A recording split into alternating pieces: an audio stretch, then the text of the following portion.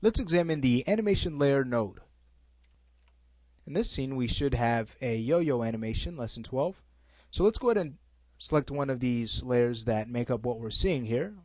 We'll right click on the yo-yo spin and choose select layer node.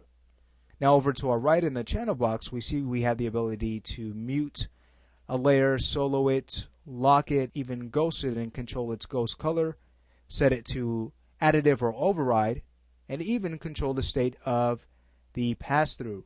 Okay, when working with override, we can modify the layer's weight and control its accumulation.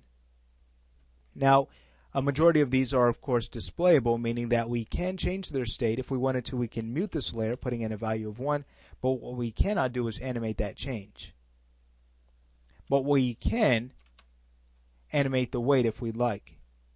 All right, so I've gone ahead and brought the mute or turn off mute for this selected layer. Something else I'd like to show you, if we were to go to Window, go down to the hypergraph, we can see, clicking incoming, outgoing connections, all of the connections of our object and its layer that it's connected to. So we can not only of course see these connections but modify them if we'd like. We'll actually get into that when we discuss constraints in animation layers, but I'll go ahead and close this off for right now. Right clicking on the layer once again, let's go ahead and choose Attribute Editor to see what other type of attributes come along with this. Alright, so at the top under Animation Layer Attributes we see exactly what we saw in the channel box. But underneath, let's go ahead and take a look at these options here. So the parent layer attribute, this is going to allow us to toggle between our parent layers. So what that means is that with the yo-yo spin selected, of course its parent layer is the rotation offset, as we can clearly see. But if we were to click this, now we have the rotation offset, the parent of this child layer, selected.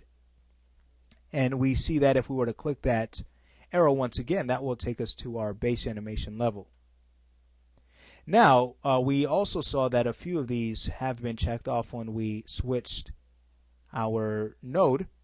That's because we don't have that same node selected in the layer editor. So notice with the rotation offset node selected, if we now select the layer in the editor, now we get to change its settings. Alright, so we have the ability to mute a parent layer, okay, and that will in turn mute all child layers. That's what mute does.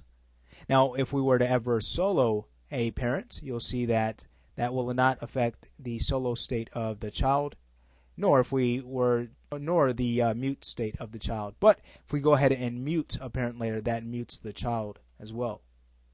Okay, but we can individually mute our child layers, of course. Alright, so going back to the attribute editor, we can mute child layers by simply clicking on that option. And you'll notice once we click in our viewport to update the setting, you'll see that now the child has been muted. Alright, so I'll go ahead and undo that, turn off solo, okay, for that child layer. Oh, I'll just need to go back, right click, and also choose select layer node once again. Alright, there we have it. I'll turn that off. We can also control the state of the sibling layers if we'd like that to be soloed or not. And we have the ability to mute a selected layer using the out mute.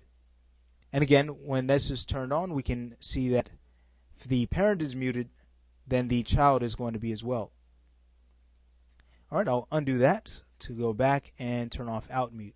Now, preferred, when that is on, Maya's going to do the best it can to have this layer receive keyframes. And you'll see that by default, each layer automatically has this turned on.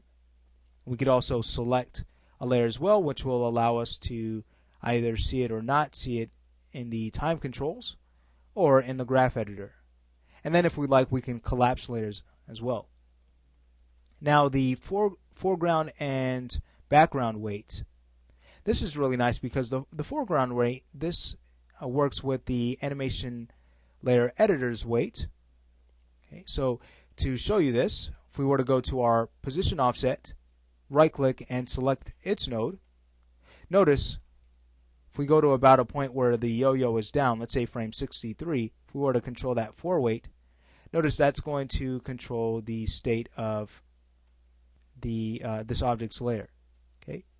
Now, the background weight, this almost works like an override layer with pass-through off. So what is going to happen is that as we decrease this, as we set this to 0, it's going to take this object's attributes and set them to default. Now you saw that our yo-yo even disappeared because it's also turning off the visibility here, which I don't necessarily like. But to show you this, if we were to select the yo-yo, okay, going back to the position offset, which we can do from the tab, the attribute editor, if we were to bring this to 0, notice pressing Control A to get to the channel box, the position of this yo-yo has been zeroed out. You could also see it's turned off the weight, off the visibility. But once, if we were to hit Control A once again, once we add a little bit of value to this, of course we can now see our object. The visibility is turned on. Alright, so other than the visibility switching, this can work out very nice when blending between layers and animating that blend. Okay, so that's what these do. And the parent weight, this is basically exactly what it says. The weight of this layer's parent, you'll see that it has been locked down.